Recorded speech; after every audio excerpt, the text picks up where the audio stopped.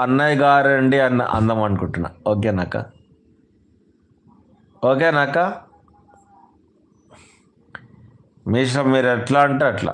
అంటే మీరు ఎలా పిలవంటే అలా పిలుస్తా. అన్న అన్నమంటారా, లేకపోతే సారే అని పిలవమంటారా, మీ ఇష్టం. ఓ సూపర్ తమ్ముడు.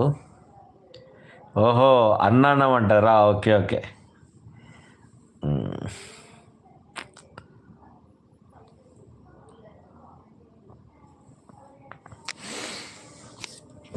ఇంకా చెప్పండి ఫ్రెండ్స్.